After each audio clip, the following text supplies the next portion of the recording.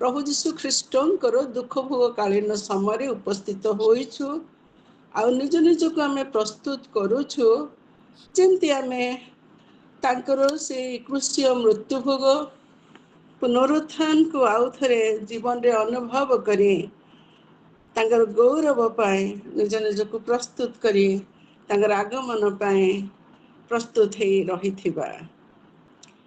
आज चिंता करने समय अनेक विषय मो मन को आसूला मात्र आज प्रभु पाखे मु अपेक्षा करूली जे प्रभु कौन कहबी आ प्रभु मते गोटे कथा देइछन्ति आ जाको मु आज आपण मान आगे प्रकाश करने चाहूँगी आ एटा जब मु प्रस्तुत होउथिली मु तो प्राय भूली जाइथिली जे मोर 18 तारिख पाली अच्छे बोल कि काली मोर ये देखला परे मोर हठात मन पड़िला आउ से मु प्रार्थना रे रही जमती प्रभु मते अनुग्रह करेंगे आपण मान पाखे वाक्य देवाई आउ ए वाक्य जो मु प्रस्तुत होउथिली काली दिन सारा राति परे से प्रभु मते भिन्न भिन्न कथा कहूथिले आ मोर यही प्रार्थना जे आज जेते जन आम बसीछु आम को मध्य प्रभु कथा कहतु आम अनेक उद्यान देखीछु आउ के जानी भारत रे भारत बाहर मध्य आउ से सब अति मनोरम स्थान आउ सकाळु संज जाए बुलिले मध्य आमको क्लांति आसी न था अनेक आनंद पाई था आज एक उद्यान विषय में शुणा जो उद्यान आम मान के निमंते एक परित्राण पथ को खोली देछि आउ से उद्यान आ कौन सी उद्यान नुहे चारि सुसमाचार लेखा जाउथिबा गेत्सेमनी बगीचा जो बगीचार आम मान त्राणकर्ता प्रभु जीशु ख्रीष्ट मृत्यु पूर्वर निजक प्रस्तुत करथिले से विशेष कार्य निमंते आउ से विषय आज आम चिंता करिबा आउ प्रभु जीशु सहित आम गेत्सेमनी को आज जीवा आमर तो से दिन आम शिष्य हे नथिलु जेतेबेले प्रभु जीशु ख्रीष्ट गेत्सेमनी रे तांकर से एकादश शिष्यों सहित प्रवेश करथिले मात्र प्रभु जीशु को निजर परित्राणकर्ता भाव ग्रहण करिथिबारु तांको प्रभु बोली विश्वास करिथिबारु जेतेबेले आमे तांकर से दुख भोग को आउ थरे स्मरण करने को जाउछु मोर प्रिय माने आज आउ थरे जीशु सहित से गेत्सेमनी को जीवा से इतिहास को देखिबा से दिनर घटनावली को देखिबा जे प्रभु आम मान कौन कले आम मान को से कौन शिखेबा को आज चाहती एक उद्यान विषय आम देखुचु जे चारिटी जाक सुसमाचार लेखा जाइछि माथ्यू तार 26 पर्व 3646 मार्क लिखित सुसमाचार तार 14 पर्व लुक लिखित सुसमाचार 22 पर्व जोहन 18 पर्व आम यहाँ देखुचु आ यार अवस्थिति होउछि जे अलिव पर्वतर पश्चिम पाखरे तार एक गणनीय उपकंठ रही जो उद्यानटी रही शिशु मान निमंते एक अति जनाशुना उद्यान कारण अनेक समय प्रभु जीशु ख्रीष्ट तांकर शिष्य मान सहित से उद्यान रे प्रवेश करुथिले आज जो से प्रवेश करिसेंती जदि देखिबे जदि ताको टिके ध्यान सहित जदि आम जदि अध्ययन करिबा जे एटी होची आजिर दिन जो उद्यान को आम जीशुंकर सहित जाऊछु सेटा होची एक दुख भोगर स्थान एक ए प्रकार एक स्थान जो ठारे प्रभु जीशु जे मनुष्य ही जगत को आसिले से जानी थिले तांको जगत को आसीबार उद्देश्य कौन मात्र से ए गेत्सेमनी तांको कौन करिछि ना प्रस्तुत करिछि क्रूस को जीवा पाए ତାଙ୍କୁ ପ୍ରସ୍ତୁତ କରିଛି ଈଶ୍ୱରଙ୍କର ଆଜ୍ଞାର ବାଧ୍ୟ ହେବା ପାଇଁ, ତାଙ୍କୁ ପ୍ରସ୍ତୁତ କରିଛି ପାପୀ ମାନବର ମୁକ୍ତି ସାଧନ କରିବା ପାଇଁ। ତାହା ହେଉଛି ଏଇ ଗେତ୍ସେମନି, ଯୋଉଠି ପ୍ରଭୁ ତାଙ୍କର ଶେଷ ରାତ୍ର ଭୋଜ ପରେ ପ୍ରବେଶ କରିଅଛନ୍ତି। ଯେତେବେଳେ ଆମେ ଦେଖୁ ମାଥ୍ୟୁ ତାର 26 ପୂର୍ବ 36-46 ସେଇଠି ଆମେ ଦେଖୁଛୁ ଯେ ପ୍ରଭୁ ସେଇଠି ପ୍ରବେଶ କରିଛନ୍ତି ତାଙ୍କର ଶିଷ୍ୟମାନଙ୍କ ସହିତ। ଆଉ ସେ କଣ କରୁଛନ୍ତି ନା ସେ ପ୍ରାର୍ଥନାରେ ଆଗେଇ ଯାଉଛନ୍ତି, ସେ ପ୍ରାର୍ଥନା କରୁଛନ୍ତି ଶିଷ୍ୟମାନଙ୍କ ସହିତ ସେଇଠି ପ୍ରବେଶ କଲା ପରେ। ଆଉ 36 ପଦର ତାର ଯୋଉ ହେଡିଂ ଲେଖା ହେଇଛି ଗେତ୍ସେମନିରେ ଯୀଶୁଙ୍କର ପ୍ରାର୍ଥନା। ଏକ ବିଶେଷ କାର୍ଯ୍ୟ ତାଙ୍କ ପାଇଁ ଆସୁଛି, ତାଙ୍କ ମନରେ ଭୟ ରହୁଛି, ସେ ଜାଣିପାରୁନାହାନ୍ତି ଯେ କେମିତି ଏଇ ପାନପାତ୍ରକୁ ମୁଁ ଗ୍ରହଣ କରିବି, କେମିତି ଜଗତର ପାପ ଭାର ବହି ମୁଁ ନେଇଯିବି ସେ କୃଷକୁ, କରିପାରିବି ତ, ହେଇପାରିବ ତ, ଅନେକ ପ୍ରଶ୍ନ ତାଙ୍କ ମନରେ ଆସିଛି। ଆଉ ସେ ସେଇଠି ପ୍ରାର୍ଥନାକୁ ଯାଇଅଛନ୍ତି। ମୋର ପ୍ରିୟ ମାନେ, ଯେତେବେଳେ ଆମେ ଜୀବନରେ ଏକ ପ୍ରକାର ଘଡ଼ିସନ୍ଧି ମୁହୂର୍ତ୍ତରେ ପହଞ୍ଚୁ ଯେ କଣ ମତେ କରିବାକୁ ହବ, କୋଉ ସିଦ୍ଧାନ୍ତ ମତେ ନେବାକୁ ହବ ନିଜ ପାଇଁ ଅନ୍ୟମାନଙ୍କ ପାଇଁ, ସେତେବେଳେ ଆମମାନେ କେ ଜଣେ ଅନେକ ଥର ବିଚଳିତ ହେଇପଡୁ। ଆଉ ସେଇ ସମୟରେ ଆମର ପ୍ରଭୁ ଯୀଶୁ ଆମମାନଙ୍କୁ ଶିଖାନ୍ତି ଆମମାନଙ୍କ ନିମନ୍ତେ ଏକ ଆଶ୍ରୟ ସ୍ଥଳ ଅଛି, ଏକ ପ୍ରାର୍ଥନାର ସ୍ଥାନ ରହିଛି ଯୋଉଠି ଆମେ ଯାଇ ପ୍ରାର୍ଥନା କରିବା। ପ୍ରଭୁ ଯୀଶୁ ସେଇଠି ଗଲେ ଆଉ ପ୍ରାର୍ଥନା କଲେ।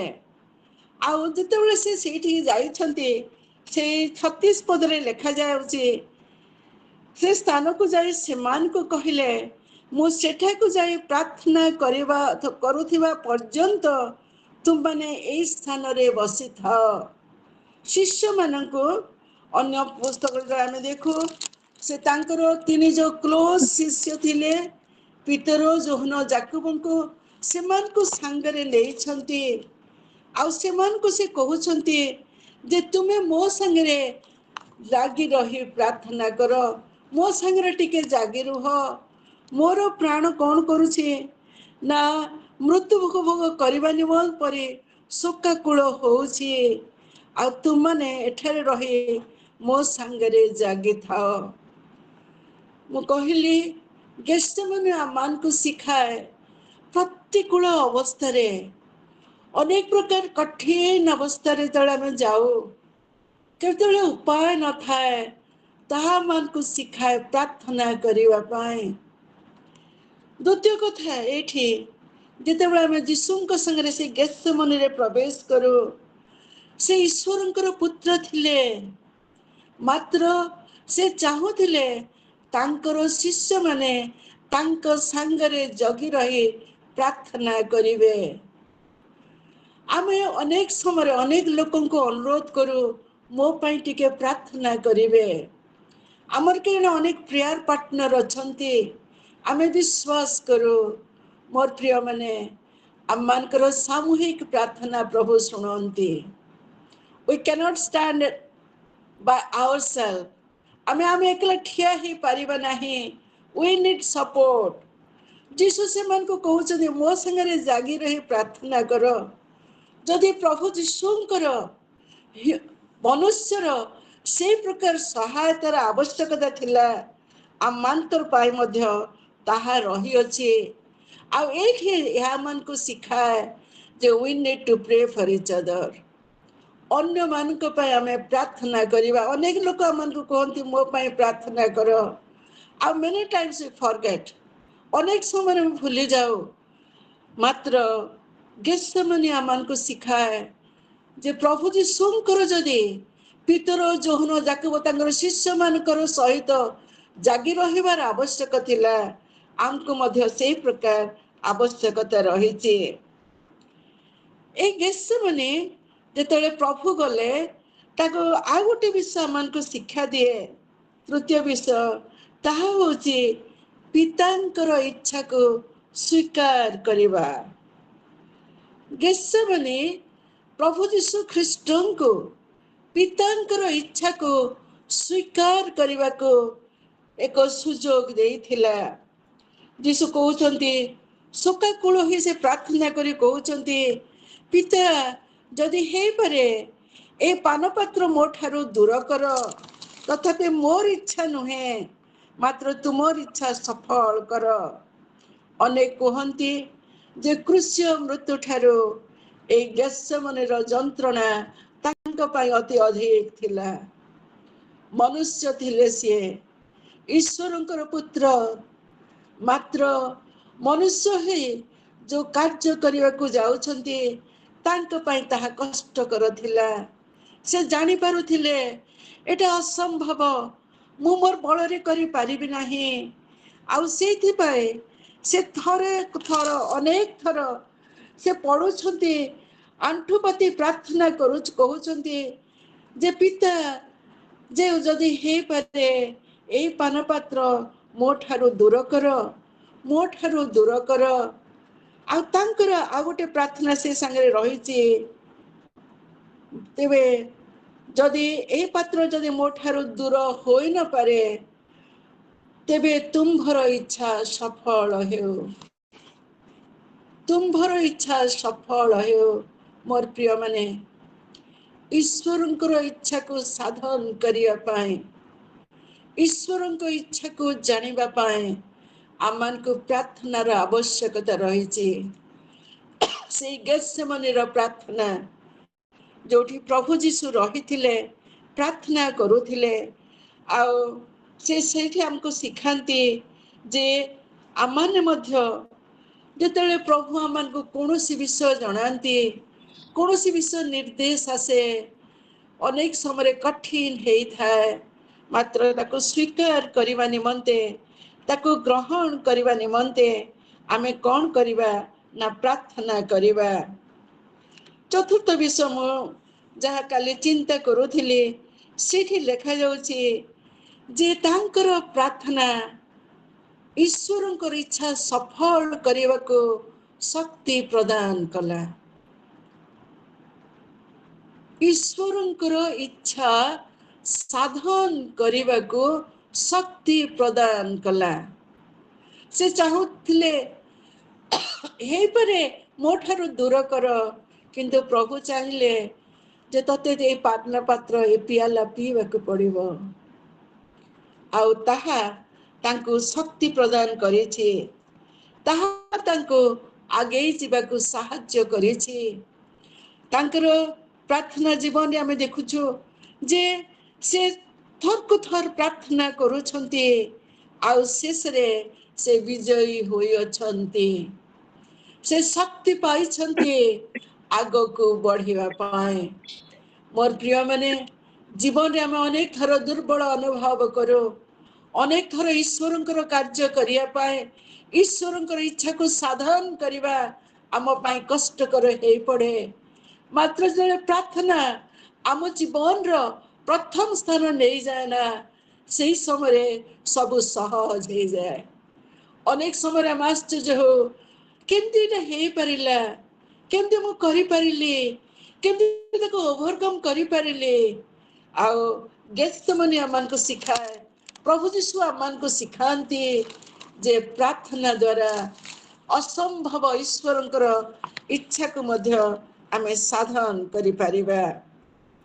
चतुर्थ कथा आमे देखुछु जेतेबेले से प्रार्थना रू उठुछन्ती सेही समय एक महा जनता तांको भेटिया पाई आसु अछन्ती। आउ से माने जो माने आसु अछन्ती से माने से प्रकार भाबरे आसु नाहांती।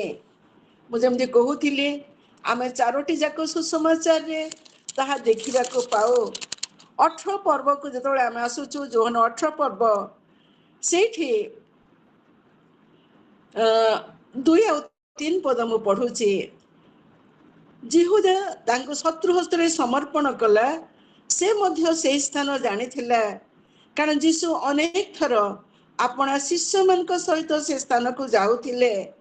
अतएव जिहुदा सैन्य दल पुणी प्रधान याजक ଓ ଫାରୁସି ମାନଙ୍କ ଠାରୁ ପ୍ରାପ୍ତ ପଦାତିକ ମାନଙ୍କୁ ଘେନି ବତି ମଶାଲ ଓ ଅସ୍ତ୍ରଶସ୍ତ୍ର ଧରି ସେଠାକୁ ଆସିଲା। ସେଥିରେ ଯୀଶୁ ତାହାଙ୍କ ପ୍ରତି ଯାହା ଯାହା ଘଟିବାକୁ ଯାଉଅଛି ସେହି ସବୁ ଜାଣି ଆଗକୁ ଯାଇ ସେମାନଙ୍କୁ ପଚାରିଲେ, ତୁମାନେ କାହାକୁ ଖୋଜୁଅଛ? ଏଇଠି ଆମେ ଦେଖିବା ଏଇ ଗେତ୍ସେମନି ଥିଲା ଶତ୍ରୁର ସାମ୍ନା କରିବାର ଏକ ସ୍ଥାନ। ଶକ୍ତି ପ୍ରାପ୍ତ ହେଇଛନ୍ତି ଯେତେବେଳେ ପ୍ରାର୍ଥନାରୁ ଉଠୁଛନ୍ତି, ଏକ ଜନତା ତାଙ୍କୁ ଭେଟିବା ପାଇଁ ଆସୁଛନ୍ତି। ଆମେ ଦେଖିଛୁ ଯେ ଯୀଶୁଙ୍କ ଜୀବନ କାଳ ମଧ୍ୟରେ ଜନତା ତାଙ୍କ ସାଙ୍ଗରେ ସର୍ବଦା ରହିଛନ୍ତି। ତାଙ୍କର ସେଇ ଅନ୍ୟ ମୂର୍ତ୍ତି ଧାରଣା ପରିଦର୍ଶ ଆସୁଛନ୍ତି। ଏକ ବୃହତ୍ ଜନତା ଅପେକ୍ଷା କରିଛନ୍ତି। କିଏ ସୁସ୍ଥ ହେବା ପାଇଁ ଅପେକ୍ଷା କରିଛି, କିଏ ଆଉ କିଛି ପାଇଁ ଅପେକ୍ଷା କରିଛି। ମାତ୍ର ଆଜି ତ ସେ ପ୍ରାର୍ଥନାରୁ ଉଠିଛନ୍ତି। ଅନେକ ଲୋକ ଆସିଛନ୍ତି, ତାଙ୍କର ପ୍ରିୟ ଶିଷ୍ୟ ଆସିଛି ତାଙ୍କୁ ବାନ୍ଧି ନେଇଯିବା ପାଇଁ। ପ୍ରାର୍ଥନା ଆମମାନଙ୍କୁ ଶତ୍ରୁର ସମ୍ମୁଖୀନ ହେବା ପାଇଁ ସାହାଯ୍ୟ କରେ। ଶତ୍ରୁର ସମ୍ମୁଖୀନ ହେବା ପାଇଁ ସାହାଯ୍ୟ କରେ। ଆଉ ସେଇଠି ଦେଖୁଛୁ ଯେତେବେଳେ ସେମାନେ ଆସିଛନ୍ତି ଯେ ସେଇ ଗେତ୍ସେମନିକୁ ସେମାନେ ଆସିଛନ୍ତି। କାରଣ ଲେଖାଯାଉଛି ଯେ ଯିହୁଦା ଯେତେବେଳେ ଯୀଶୁଙ୍କର ଶିଷ୍ୟ ହେଇଥିଲେ, ଏଇ ଗେତ୍ସେମନି ଏକ ନୂଆ ସ୍ଥାନ ନଥିଲା। ଅନେକ ଥର ଯୀଶୁ ତାଙ୍କ ଶିଷ୍ୟମାନଙ୍କ ସହିତ ସେଇଠିକି ଆସିଛନ୍ତି, ସେଇଠି ପ୍ରାର୍ଥନା କରିଛନ୍ତି, ସେଇଠି ସମୟ କାଟିଛନ୍ତି। ଆଉ ସେଇ ସ୍ଥାନକୁ ଆସିଲା। କିନ୍ତୁ ସେଇ ସ୍ଥାନ ସିନା ସମାନ ଥିଲା, ହେଲେ ମନ ଅଲଗା ହେଇଯାଇଥିଲା ଇସ୍କାରିୟତ ଯିହୁଦାର।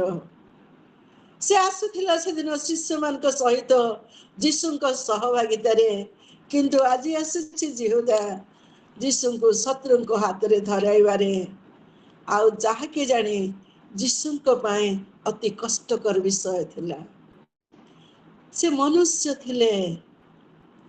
3 ବର୍ଷ କାଳ 33 ବର୍ଷ କାଳ ସେ ମନୁଷ୍ୟ ଭାବରେ ଦେଖାଗଲେ। ଆଉ ତାଙ୍କ ପାଇଁ ତାହା ଏକ କଠିନର ସମୟ ଥିଲା। ଆଉ ସେ ପଚାରୁଛନ୍ତି, ତୁମେ କାହାର ଅନ୍ୱେଷଣ କରୁଛ? କାହାକୁ ଖୋଜୁଛ? କାହାକୁ ତୁମେ ଖୋଜୁଛ?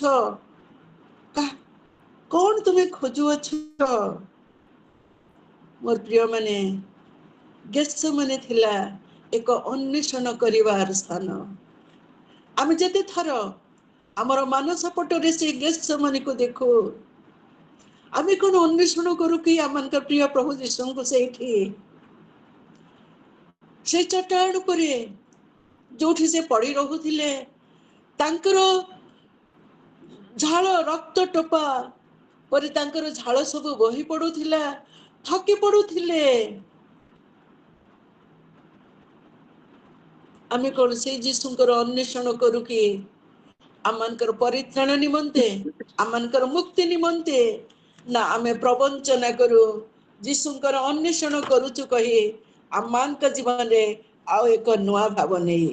ଏଇଠି ଆମେ ଦେଖୁଛୁ ଯେ ସେଦିନ ଆସିଥିଲେ, ଅନେକ ଲୋକ ଯୀଶୁଙ୍କୁ ଦେଖୁଥିଲେ। ମାତ୍ର ସେଦିନ ଏଇ ଗେତ୍ସେମନି ମଧ୍ୟ ଏକ ଏଇ ପ୍ରକାରର ଅନ୍ୱେଷଣର ସ୍ଥାନରେ ଆମେ ଦେଖୁଛୁ ଏକ ପ୍ରତାରଣା, ଏକ ବିଶ୍ୱାସଘାତକତାର ସମୟ ଥିଲା। ଇସ୍କାରିୟତ ଯିହୁଦା, ଆମେ ଜାଣୁ ଯେ ସେ ଶିଷ୍ୟମାନଙ୍କୁ କହିଥିଲା, ମୁଁ ଯାହାକୁ ଚୁମ୍ବନ କରିବି ସିଏ ଯେ ସେ ତାହା ତୁମେ ଜାଣିବ।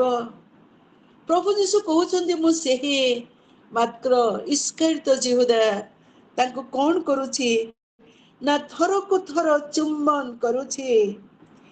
ଲେଖାଯାଉଛି ମାଥ୍ୟୁ 26 ପର୍ବ 48 ପଦରେ, ଇସ୍କାରିୟତ ଯିହୁଦା ତାଙ୍କୁ ହେ ଗୁରୁ ନମସ୍କାର କହି ତାହାଙ୍କୁ ବହୁତ ଚୁମ୍ବନ କଲା। କେତେ ବଡ ପ୍ରତାରଣା, କେତେ ବଡ ବିଶ୍ୱାସଘାତକତା। ଆଉ ତାପରେ ଯଦି ଆମେ ଯୀଶୁଙ୍କର ରେସ୍ପଣ୍ଡ ଦେଖିବା, ସେ ତାହାକୁ କହିଲେ, ହେ ବନ୍ଧୁ, ଯାହା କରିବା ନିମନ୍ତେ ଆସିଅଛ ତାହା କର। ହେ ବନ୍ଧୁ, କହୁନାହାନ୍ତି ଇସ୍କାରିୟତ ଯିହୁଦା ଯିହୁଦା, ସେ କହୁଛନ୍ତି ହେ ବନ୍ଧୁ। ଯୋହନ 15 ପର୍ବ 15 ପଦକୁ ଯେତେବେଳେ ଆମେ ଦେଖୁ, ସେ ତାଙ୍କର ଶିଷ୍ୟ ମାନଙ୍କୁ କହୁଛନ୍ତି ମୁଁ ତୁମମାନଙ୍କୁ ଦାସ ବୋଲି କହୁନାହିଁ, କିନ୍ତୁ ମୁଁ ତୁମମାନଙ୍କୁ ବନ୍ଧୁ ବୋଲି କହୁଅଛି। ପ୍ରଭୁ ଯୀଶୁ ତାଙ୍କର ସେଇ ଯୋଉ ସମ୍ପର୍କ ତାକୁ ସେ ଶେଷ ପର୍ଯ୍ୟନ୍ତ ରଖିଛନ୍ତି। ଯିହୁଦାକୁ କହୁନାହାନ୍ତି ଯିହୁଦା ତୁ କାହିଁକି ମତେ ଚୁମ୍ବନ କରୁଅଛୁ, କହୁଛନ୍ତି ହେ ବନ୍ଧୁ ଯାହା କରିବା ନିମନ୍ତେ ଆସିଅଛ ତାହା କର। ମନେ ରଖିବା, ପ୍ରଭୁ ଆମମାନଙ୍କୁ ଯୋଉ ସମ୍ପର୍କ ଆମମାନଙ୍କ ସହିତ ସ୍ଥାପନ କରନ୍ତି, ଯୋଉ ବାକ୍ୟ ସେ ଆମମାନଙ୍କୁ ଦିଅନ୍ତି, ସେଇ ବାକ୍ୟରେ ଶକ୍ତି ଅଛି ଆଉ ତାହା ସେ ଶେଷ ପର୍ଯ୍ୟନ୍ତ ଧରି ରଖନ୍ତି। ଯଦିଓ ଆମମାନଙ୍କ ଜୀବନରେ କେବେ କେବେ ପ୍ରତାରଣା ଆସେ, କେବେ କେବେ ଆମେ ଖସି ପଡିଯାଉ, ମୋର ପ୍ରିୟ ମାନେ, ଗଡ୍ ଇଜ ଫେଥଫୁଲ। ସେ ବିଶ୍ୱସ୍ତ, ସେ ନିଜକୁ ମିଥ୍ୟାବାଦୀ କରିପାରନ୍ତି ନାହିଁ।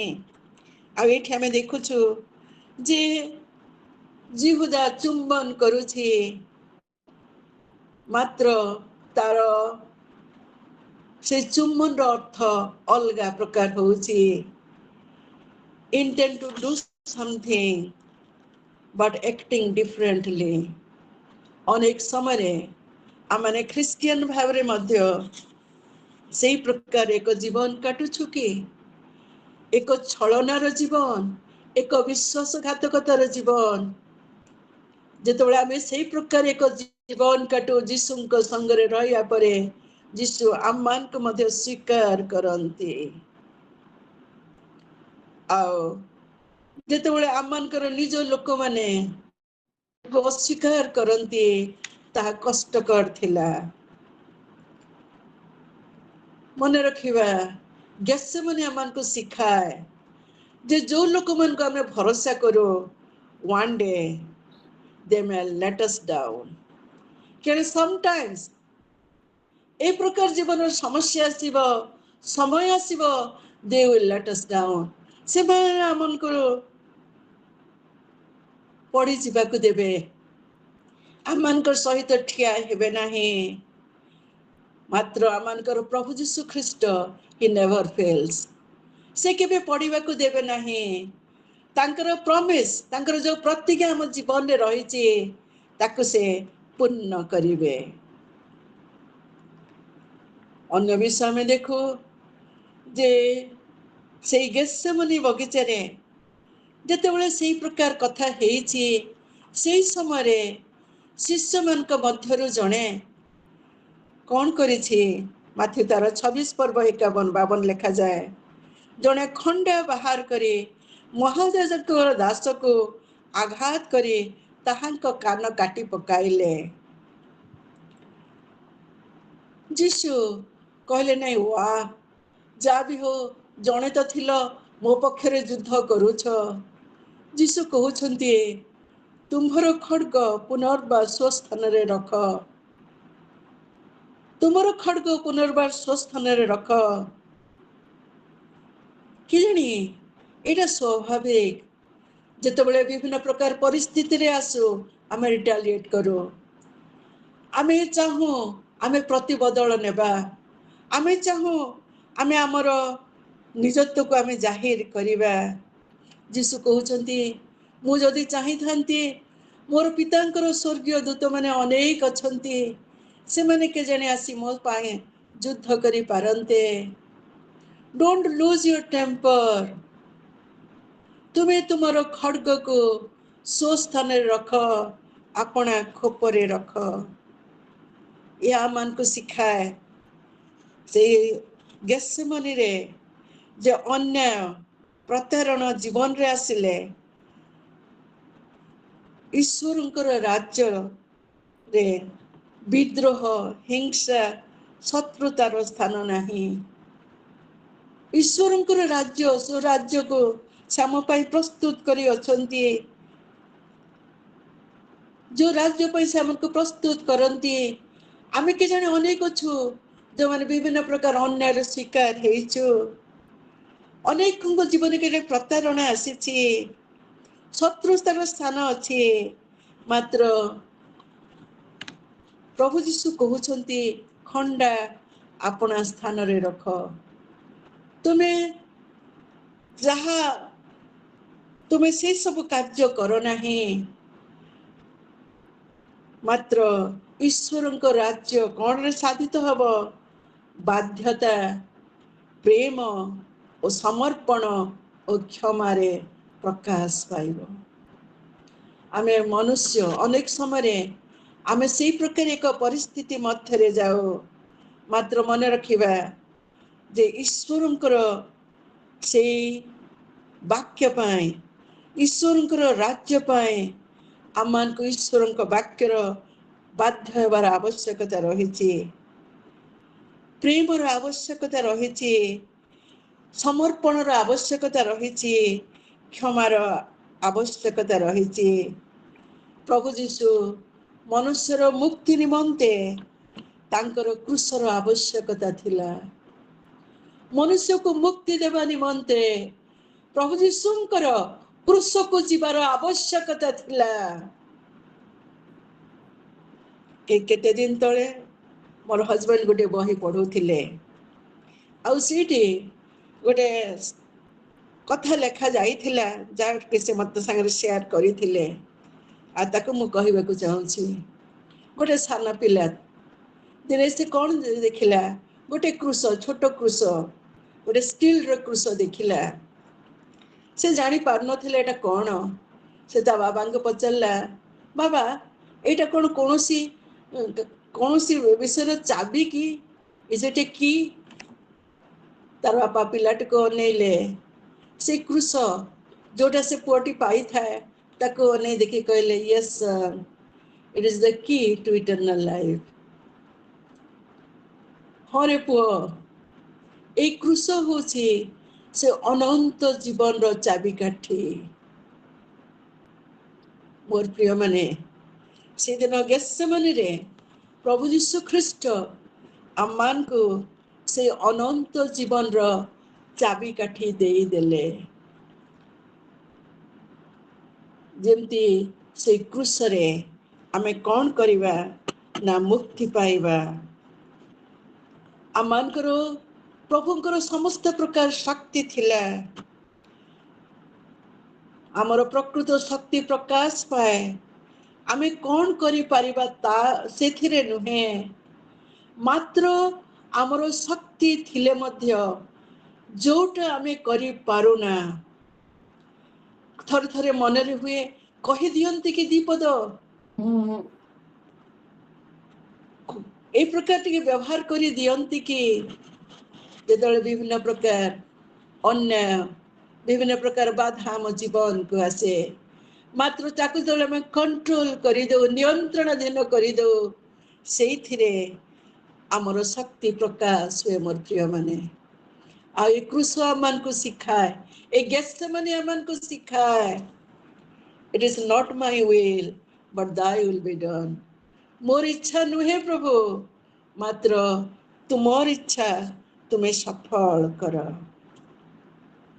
ଆମ ଜୀବନରେ ପ୍ରକୃତ ଶକ୍ତି ପ୍ରକାଶ କରିବା ଯେତେବେଳେ ନିଜକୁ ଆମେ ନିୟନ୍ତ୍ରଣାଧୀନ କରିବା, ଆମ ନିଜ ବଳରେ ନୁହେଁ, ନିଜ ଶକ୍ତିରେ ନୁହେଁ, ମାତ୍ର ଯେତେବେଳେ ଆମେ ସମର୍ପିତ ହେବା ପବିତ୍ର ଆତ୍ମାଙ୍କର ଶକ୍ତି ଯେତେବେଳେ ଆମ ଜୀବନକୁ ଆବରେ, ସେଇ ସମୟରେ ତା ମାନଙ୍କୁ ସେଇ ପ୍ରକାର ଭାବରେ ଆଶୀର୍ବାଦ ଯୁକ୍ତ କରେ।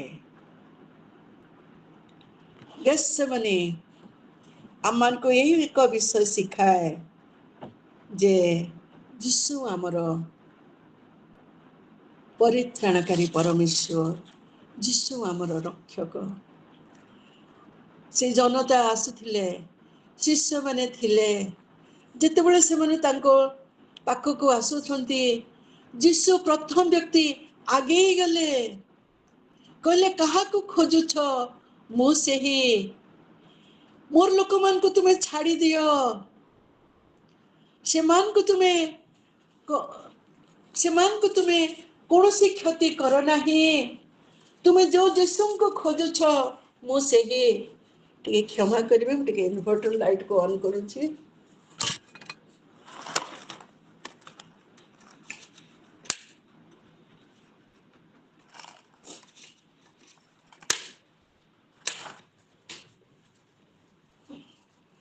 ଲାଇଟ୍ ପଳେଇଲା।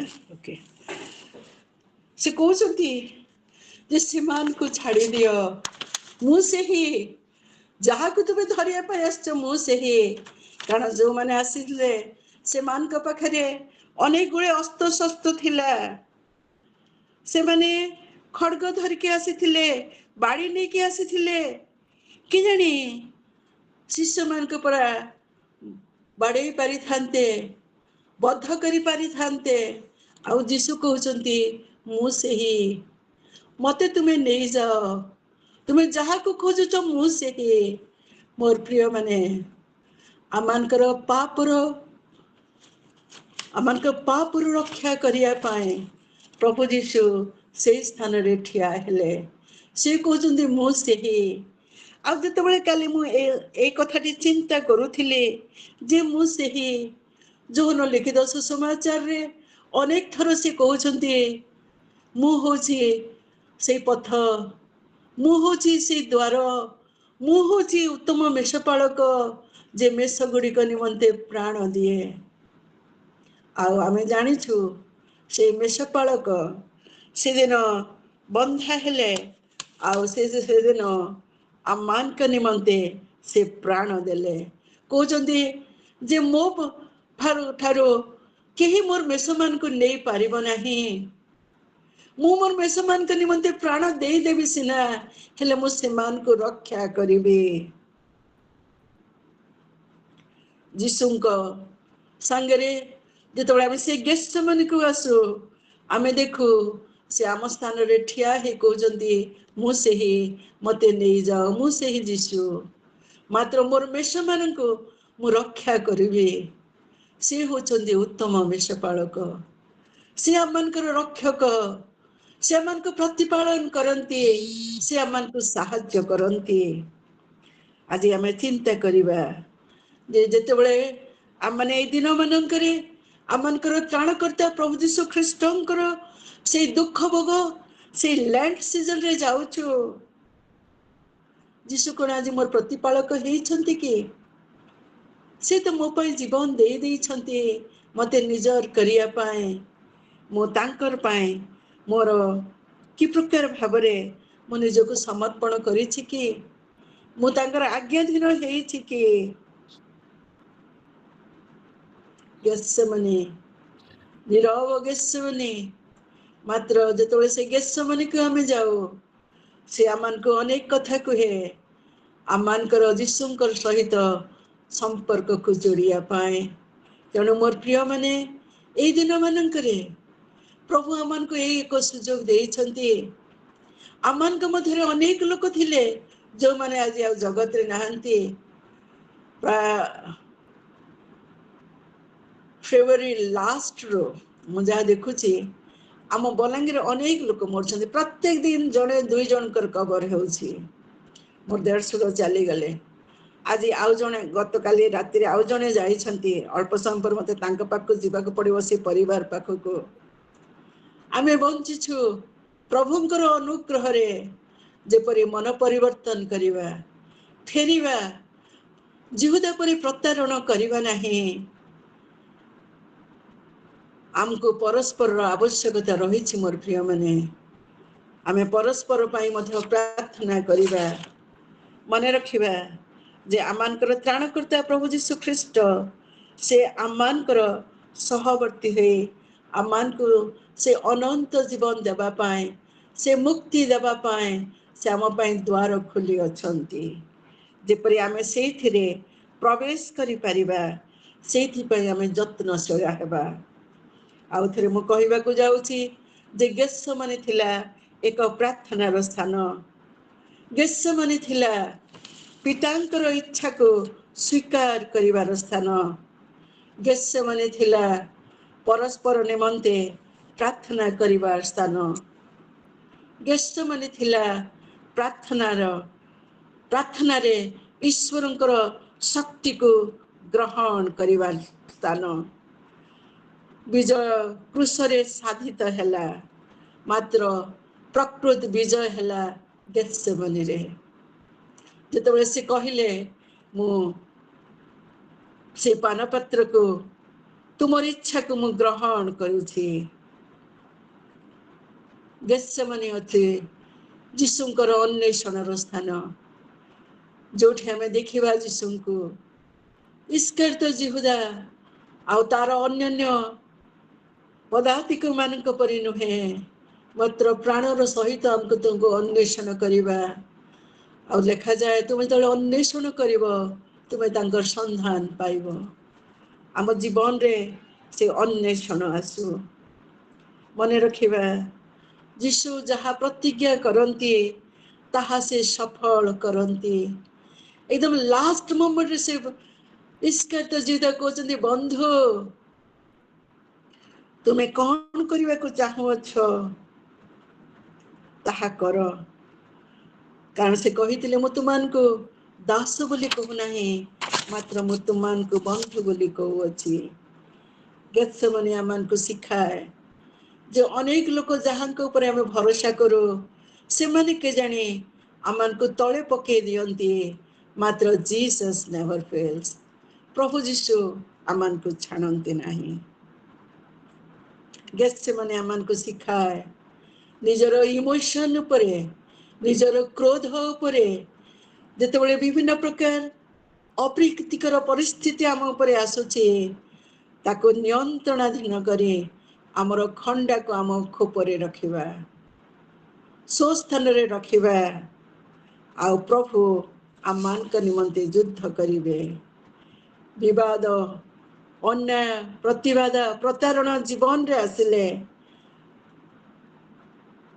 ईश्वर को राज्य पाए बाध्य प्रेम समर्पण क्षमार आवश्यकता रही मन रखिबा जे मनुष्यर मुक्तिर निमंते क्रूस होची एक चाबिकाठी जहाँ पाए प्रभु यीशु प्रस्तुत होते से दिन से क्रूस को ग्रहण करने पाए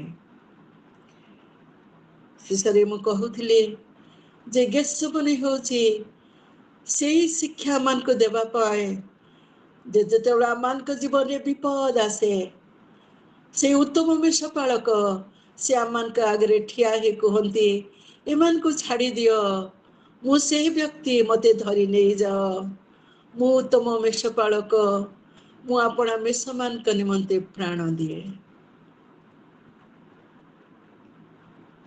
ए गेत्सेमनी आम मान निमंते एक भरोसार स्थान जो आमर प्रभु यीशु ख्रीस्ट आम को तांकर प्रेमर तांकर शक्तिर तांकर मानवत्वर परिचय दे से आम को कहती देख तो पाए ए समस्त मु करिछि मु केबे केबे कहिछि के जानी आज आउ थरे कहूछि मोर से बकली गर्ल्स हाई स्कूल रो से कॉमन रूम रो कथा बकली रे मु पढ़ू था टीचर्स कॉमन रूम को जीवाटे बहुत कष्टकर जाओ आते बड़े टे भिन्न भिन्न मन थिला टे थरे उंडिकी देखिली कॉमन रूम टा केमती था टीचर्स मान कॉमन रूम गोटे पोस्टर सेठी लटका जाइथिला सेठी लेखा जाइथिला तो पाई बरिली मुही एसन कषण प्रतिदाने की करिछु कह मो कारण मु जाने ना सेटा केमती मोर थरकरे मने रहीगला सेटा मते बार बार आघात कला मोर प्रिय मने जो मु प्रभु को हाथ में मो निजक समर्पण कले आ से प्रभु से नित्य जीवित आज पर्यंत से कढ़ाई आनी अछंती तांकर परित्राण देई अछंती अनेक थर पड़िले मध्य से उठाई अछंती कारण से उत्तम मेषपालक प्रतिपालन करिसंती पुणे आमक निमंते से प्राण दियंती प्रभु ये वाक्य उपरे आमको आशीर्वाद करंती आमेन आमेन आमेन।